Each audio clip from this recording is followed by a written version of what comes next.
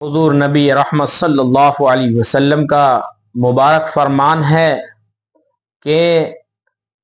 وہ بندہ جو اللہ کے لکھے پر راضی ہو جائے، یعنی تقدیر کے فیصلے پر راضی ہو جائے، اللہ تبارک و تعالی اس کو کل قیامت کے دن بے حساب و کتاب جنت میں داخل فرما دیں گے۔ اب تقدیر کے فیصلے پر راضی ہونے کا مطلب کیا ہے؟ تقدیر کے فیصلے پر راضی ہونے کا مطلب ہے کہ بھائی ہم جون سے بھی کام کرتے ہوں، اولاً تو اللہ تعالیٰ کے سامنے عاجزی و انکساری کے ساتھ دعا کر کے اس کام کی شروعات کریں، پھر بھی اس کام کے اندر اگر ہمیں کوئی گھٹا ہو، نفع نظر نہ آتے ہو، تو اپنے تقدیر کے فیصلے پر خوش رہیں، اپنے تقدیر کے فیصلے پر خوش رہیں۔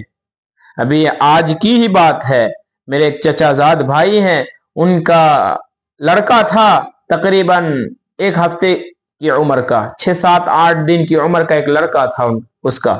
وہ انتقال ہو گیا۔ اب اس کے اوپر اگر وہ آہو واویلا کرے، اس کے اوپر وہ گلا شکوا کرے، ایک ہی لڑکا تھا حالانکہ، اس کے اوپر وہ اپنے دوستوں یاروں کی محفلوں میں گلے شکوے کرے، تو یہ ہے تقدیر کے اوپر ناراض ہونا، یہ ہے تقدیر کے فیصلے پر راضی نہ ہونا، یہ ہے تقدیر کے فیصلے کے خلاف کرنا۔ اور جو انسان تقدیر کے فیصلے کے خلاف یعنی تقدیر پر راضی نہیں رہتا ہے تو اللہ تعالیٰ اس سے ناراض ہو جاتے ہیں۔ نبی رحمت دو عالم صلی اللہ علیہ وسلم نے کئی سارے احادیث مبارکہ میں آپ کے فرمان مبارک ہم تک پہنچی ہے۔ آپ نے فرمایا ہے کہ بھائی رضیت باللہ ربا وبالاسلام دینا وبمحمد النبی صلی اللہ علیہ وسلم۔ رضیت باللہ ربا کیا ہے؟ اس کا مقصد اور اس کا مطلب کیا ہے اس لفظ کی؟ رضیت باللہ، میں راضی ہو گیا ہوں اللہ کو رب ماننے پر۔ ارے بھائی جب آپ اللہ کو رب ماننے پر راضی ہو گئے ہیں تو اللہ تعالیٰ کے ہر فیصلے پر آپ کو راضی ہونا چاہیے، اللہ تعالیٰ کے ہر کیے پر آپ کو راضی ہونا چاہیے، اللہ تعالیٰ کے ہر فیصلے پر آپ کو خوش ہونا چاہیے، چاہے وہ فیصلہ آپ کے ذہن کے خلاف ہو یا آپ کے ذہن کے برابر ہو۔ ان دونوں مقابلے میں، ان دونوں معاملے میں، چاہے آپ کے ساتھ اچھا ہو رہا ہو چاہے برا ہو رہا ہو، دیکھیے اللہ تبارک و تعالی ہے نا، اپنے بندوں کے ساتھ کبھی برائی کا ارادہ نہیں فرماتے ہیں، کبھی برائی کا ارادہ نہیں فرماتے ہیں، اور نہ ہی اللہ تعالیٰ کسی پر ظلم فرماتے ہیں۔ ہاں سن لو کان کھول کر کے میرے بھائیو، یہ اللہ تعالیٰ کی طرف سے جو آزمائشیں آتی ہے نا، اس آزمائش کے بدلے میں اللہ تعالیٰ تمہیں ایک ہیرا، چمکدار ہیرا بنانا چاہتا ہے۔ اللہ تعالیٰ اس آزمائش کے بدلے میں تمہیں وہ چیزیں عطا کرنا چاہتا ہے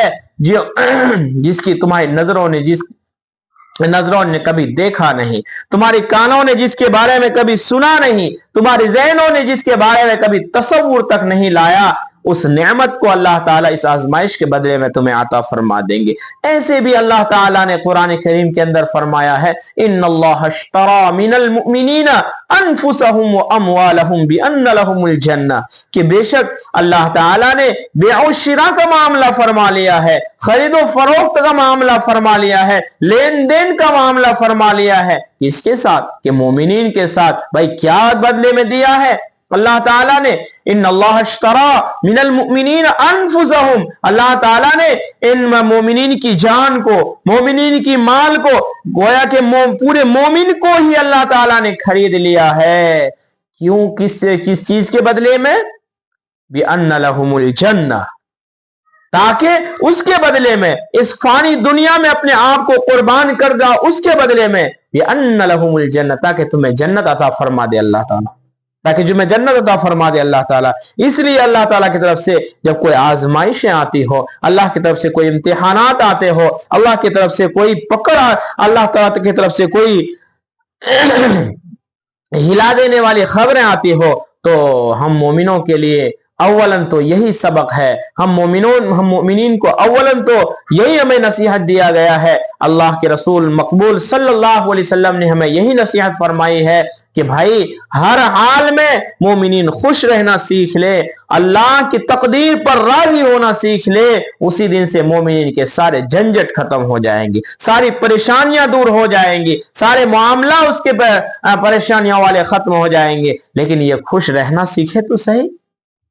آج ہمارے حال کیا ہے کہ ہم ذرا ذرا سی بات پر پریشان ہو جاتے ہیں، ذرا ذرا سی بات پر اکتا جاتے ہیں، ذرا ذرا سی بات پر اپنے آپ کو ہی ڈانٹنا شروع کر دیتے ہیں، کوسنا شروع کر دیتے ہیں کہ بیکار میں پیدا ہوا تھا، میں کیوں ایسا کر رہا ہوں اپنے آپ کو۔ ارے اللہ کے بندو، اللہ کی تقدیر پر کے فیصلے پر راضی رہنا سیکھ لو، اللہ تعالیٰ تمہارے تھوڑے عمل سے تم سے راضی ہو جائیں گے۔ حسن بصری رضی اللہ تعالیٰ عنہ کا قول ہے، انہوں نے فرمایا کہ میرے بھائیو، تم جو ہے نا اپنے اللہ کے دیے ہوئے رزق پر خوش ہو جاؤ، مزید یہ کوشش نہ کرو کہ مجھے اور چاہیے، چاہے حرام کے ہو چاہے حلال کے ہو، کوئی حرج کی بات نہیں، مجھے اور چاہیے۔ تو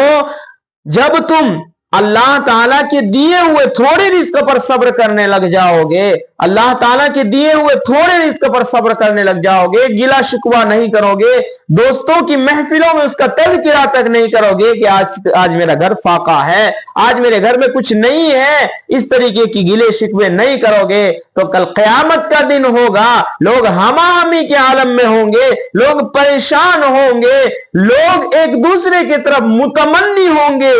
کہ میری کوئی مدد کر دے۔ اس عالم میں اللہ تعالیٰ آپ کے تھوڑے اعمال سے راضی ہو جائیں گے۔ ہاں لیکن ہم تو سمجھتے ہیں، ہم سنتے ہیں، بارہا سنتے رہتے ہیں کہ بھائی قیامت کا منظر ہوگا، حشر کا میدان ہوگا، یوم یفر المرء، قرآن کہتا ہے نا، قرآن ڈنکے کے چوٹ پر کہہ رہا ہے، یوم یفر المرء من اخیہ۔ کیا قیامت کے دن تم نے سن لیا؟ کیا ایسی ویسی کھا لینے کی چیز ہے؟ کیا قیامت ایسی ویسی چیز ہے؟ نہیں میرے بھائیو، یوم یفر المرء من اخیہ وامہ وابیہ وصاحبتہ وبنیہ لکل امرئ منہم یومئذ شأن یغنی وجوہ یومئذ مسفرہ وضاحکۃ مستبشرہ ووجوہ یومئذ علیہا غبرہ ترہقہا قطرہ اولئک هم الکفرۃ الفجرہ۔ ہاں وہ دن کیا ہم نے کیا سوچا کہ وہ لڈو بانٹنے کا دن ہوگا؟ نہیں میرے بھائیو، وہ دن ایسا ہوگا کہ ایک باپ اپنے بیٹے جس کے لیے اپنی زندگی کی پونجی کو قربان کر دیتا ہے، وہ باپ اس دن اپنے بیٹے کو دیکھ کر کے بھاگے گا۔ جو بیٹا اپنے باپ کی ہر ایک بات کی فرما برداری کرتا ہے، اس بیٹے کی نظر باپ پر پڑے گی، وہ بیٹا بھی باپ کو دیکھ کر کے دم دبا کر کے سائڈ سے بھاگ جائے گا۔ وہ ماں جو اپنی بیٹی کے لیے، اپنی بچیوں کے لیے رات بھر جاگتی ہے، وہ ماں بھی اس دن بھاگے گی۔ جو شوہر جو اپنی بیوی کے بغیر کھانا نہیں کھاتا، جو بیوی جو اپنے شوہر کے بغیر کھانا نہیں کھاتی، وہ بیوی بھی اس دن ایک دوسرے کو دیکھ کر بھاگ رہے ہوں گے۔ وہ دن کوئی کسی کا نہیں ہوگا، کوئی کسی کا پرسان حال نہیں ہوگا، کوئی کسی کو ایک نیکی دینے کے لیے تیار نہیں ہوگا، بلکہ اگر کوئی اپنی پہچان بتائے گا کہ میں آپ کا بیٹا ہوں، وہ انکار کر دے گا، میں تجھے نہیں پہچانتا۔ بلکہ علماء مفسرین نے لکھا ہے، کوئی ماں اپنی بیٹی سے کہے گی کہ بیٹی میں تیری ماں ہوں، مجھے ایک نیکی دے دے، بیٹا میں تیرا باپ ہوں، مجھے ایک تو نیکی دے دے، بھائی تو میرا بھائی ہے، تو میری بہن ہے، تو میری بیوی ہے، سب کوئی انکار کر دے گا اور کہہ دے گا میں تجھے نہیں پہچانتا، نہیں جانتا، تو مجھ سے انجان ہے، بیگانہ بن جائیں گے۔ وہ دن اتنا خطرناک ہوگا۔ اس دن اگر تمہیں خوش و خرم رہنا ہے، اس دن اگر تمہیں کامیابی پانی ہے، اس دن اگر تمہارے دائیں ہاتھ میں نام اعمال لینا ہے، تو اللہ کے کیے ہوئے فیصلے پر راضی ہو جاؤ، اللہ کے تقدیر پر راضی ہو جاؤ، اللہ تعالیٰ نے جو دیا ہے اس کے اوپر شکر کرنے والے بن جاؤ۔ نبی اکرم صلی اللہ علیہ وسلم کے پاس جبرائیل علیہ السلام آئے، آپ فاقے کے عالم میں تھے۔ جبرائیل علیہ السلام نے عرض کیا کہ یا رسول اللہ، اے اللہ کے سچے رسول محبوب صلی اللہ علیہ وسلم،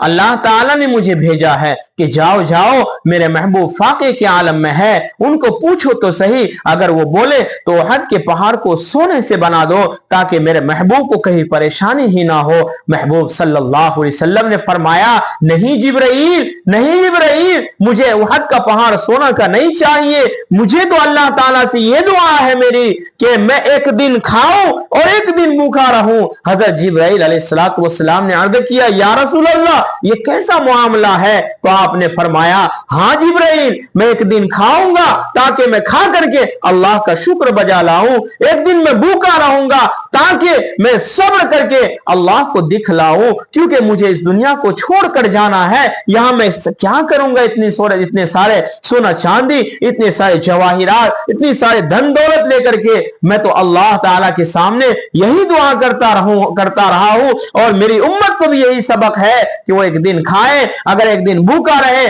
تو جس دن کھائے اس دن اللہ کا شکر ادا کرے، اور جس دن بھوکا رہے اس دن